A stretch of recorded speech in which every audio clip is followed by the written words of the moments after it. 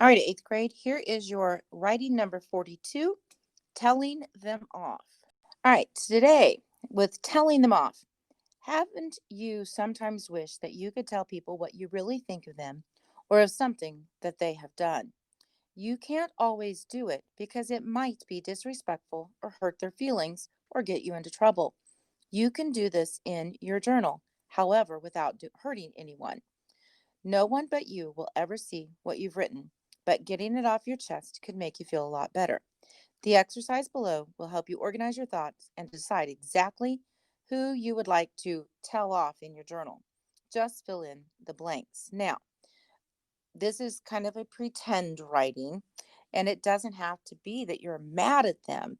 For example, number one says, I wish I could tell my dad that my dad passed away a few years ago, so there's many things that I would like to be able to tell him.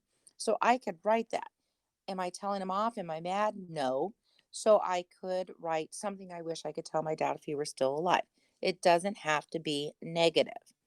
Number two, I wish I could tell my mom that it's anything, that you would want to tell your mom. Doesn't always have to be negative. But if it is something negative, if you write it down, sometimes it gets rid of that anger that you don't really need to have out in the open. It helps you with your feelings, your emotions, and things like that. Now, am I going to know if this stuff is true or made up? No. You are going to write it down. You can pretend that you are an author and you're working on a story. Make it up. Just make it be a good sentence. And you're going to do 1 through 8. Part 2 is extra credit. You don't have to do it.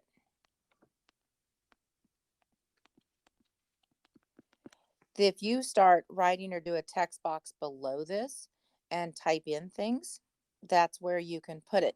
I am not going to say anything to anybody unless it's going to be that you're going to injure yourself or someone else.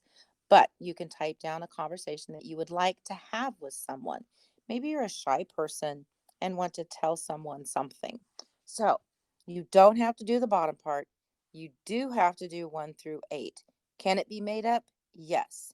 So write it down. Make sure it's a good sentence that makes sense. Remember, finish it, do it, turn it in, submit it to me through Canvas. You can also mark it done when you are finished. Good luck, have fun, enjoy.